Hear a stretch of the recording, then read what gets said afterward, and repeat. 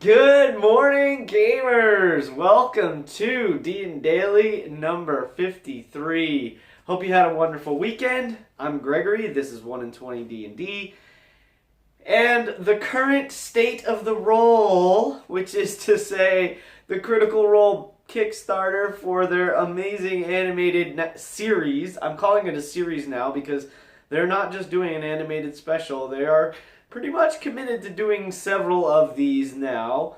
They are just shy of $7 million pledged, and it's getting close. It's 690 mil. Yeah, 6,930 something thousand. So not even 100,000 away from 7 million already. There's 38 days left in the Kickstarter, so wow, where are they going to take this and what is in store next? Remains to be seen. I'm looking forward to that. Now, it is Monday, so I'm going to do another little Mental Health Monday kind of vlog here, talking a little bit about gaming and the importance of, keeping ourselves healthy, happy, and in a good space, good headspace, good place when we're playing games, when we're running games, and so forth. And I talked last week about the importance of creating a safe space as a DM. And I talked about it in regards to sort of, how you want to make sure that you have rules set for your game so that things like bullying, sexism, and aggressive behavior, that sort of stuff is minimized, if not eliminated. And that is to say, again, that is like between individuals. If the characters are a certain way, on a certain level, that needs to be allowed. And that's why this week, to kind of continue on that safe space theme, I'm going to talk now, rather than on that upper level of the game of like the above the table stuff, the interaction between the players, the DM, and everyone at the table. I'm going to now talk about the level below that, the game level. And what I mean by that, and I said last week, I feel like there's sort of two levels to every game, and we usually refer to it in that way. It's like you're in the heat of the game, you're in character, you're playing, you get involved, and then if you have a question for the DM, you might say, hey, above table GM, what about this? What about that? Or hey, or you might make a comment that's out of character to one of the other players, and you either don't use your voice if you do use a voice, or you say out of character, blah blah blah blah blah. I wanted to ask you this question or something. So the level of the game itself is really important because there's two dynamics, I think, that I want to address. The first is the dynamic that is the DM's responsibility, and that is, what kind of game do you intend to run? What is the setting? What is the genre? What is the overall feeling supposed to be for the game? And establishing this ahead of time is really important. And there's a reason for that, and I'm going to use a very specific example. When I first learned about Roll20, I got involved on Roll20, tried a couple games out, and tried it out. Like, how does this work? To figure it out. And I wanted to get into a game. I saw a game that was being presented, that they were looking for players, and it was presented as like a high fantasy game. And I'm like, perfect. That's the kind of heroic, high fantasy. I'm all about that. As a player, that is what I enjoy playing most of all. I will play other games and enjoy them. However, for me, that was the game I wanted to get involved with. We had a couple of fantastic sessions. Our first session was exciting. We rolled forward a couple after that. We got about 7 or so sessions into it, and a couple things had happened that unfortunately caused that game to sort of fall apart. Not the group entirely, but the game we were playing. And here's why. They had involved a DM. There was two people who looking for the group to start. They were looking for a DM to run the game and other players. The DM that got involved, for whatever reason, maybe it's irrelevant, I don't know. I think he was a younger guy, not as experienced, maybe didn't have these kind of thoughts in mind. He was running a game for us that was, on a certain level, was challenging and fun, and on another level was really dark, really not what we considered high fantasy. And there was a couple of things, again, I'm going to be specific. There was 2 moments in the game that for me personally, as a player, were totally uncool and unacceptable. And here's what happened. I am a father, and the DM presented a situation to us, the players, whereby one of the characters had to essentially kill a child in the game. Now, that to me as a father is a very touchy area. I was like borderline not cool with it.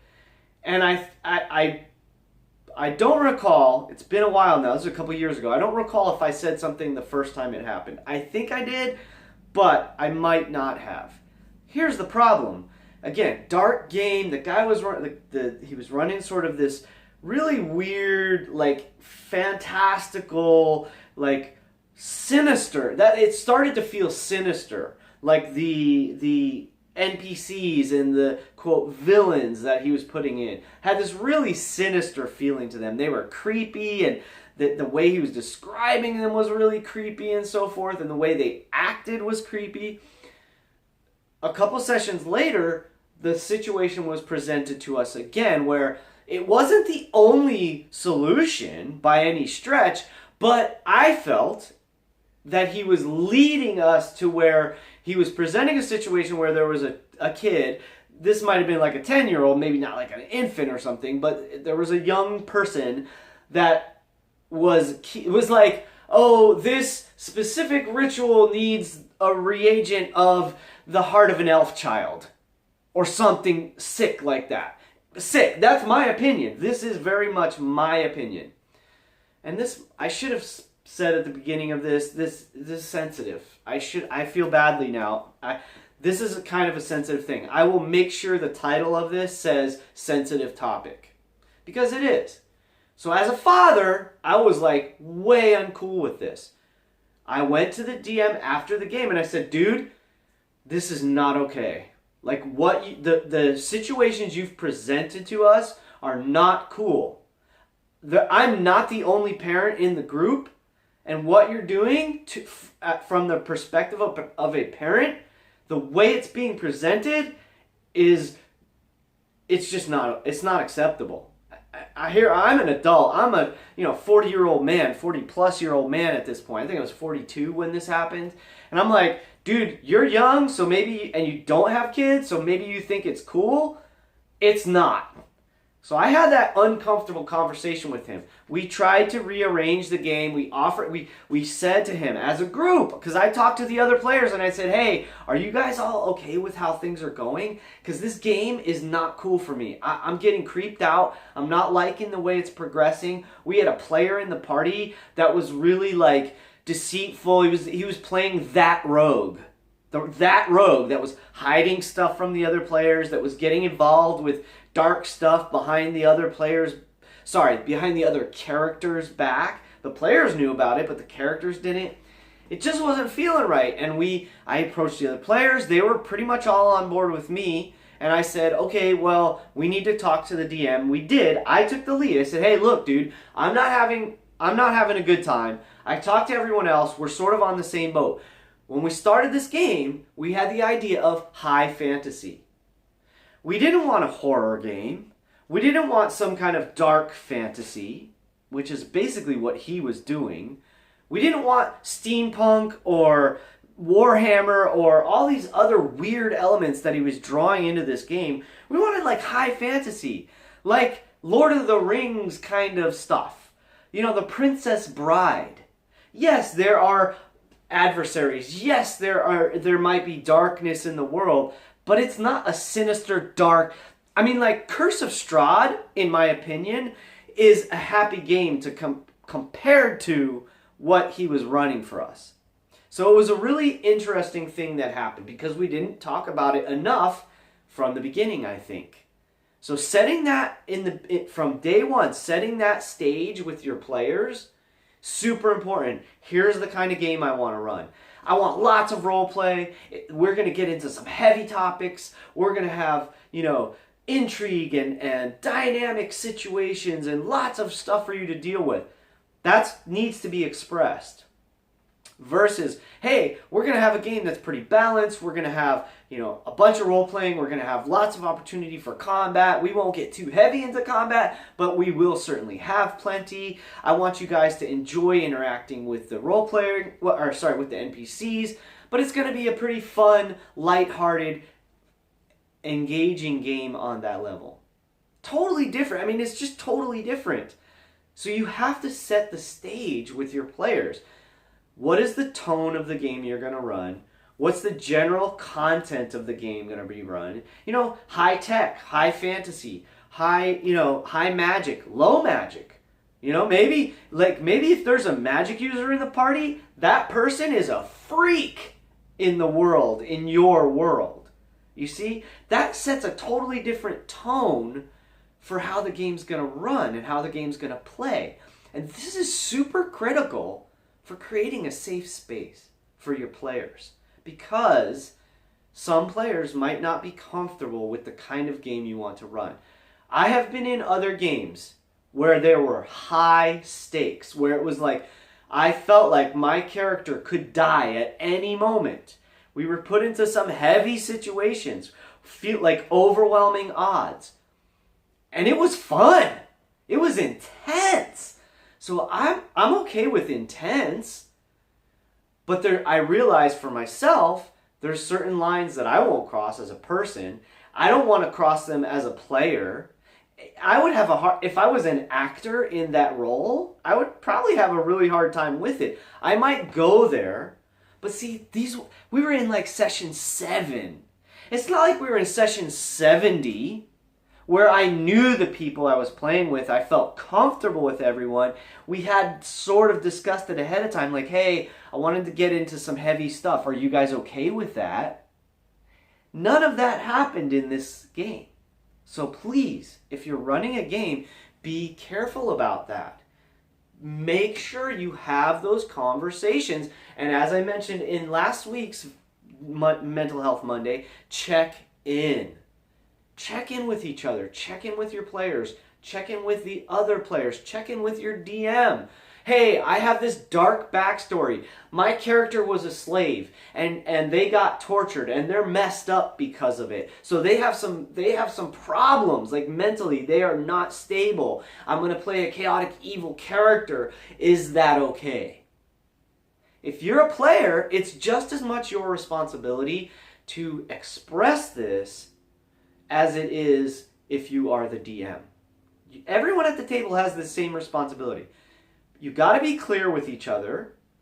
Hidden agendas are sort of they're underhanded, they're undermining of the fun of the game. If you have something that you want to keep from the other players, as a player, you need to talk with your GM and say, hey, my player's going to have this big secret. You think that's going to be okay? And your GM is going to adjudicate, like, you know what? With this group, probably not a good idea. Or, you know what? We're all friends. We've been playing for years. Let's try that. In fact, I'll help you make that part of the game. It's a totally different feeling for the game. So, again, last week I talked about the higher level of just being polite, talking, communicating, setting ground rules. Those are really all important things for creating a safe space.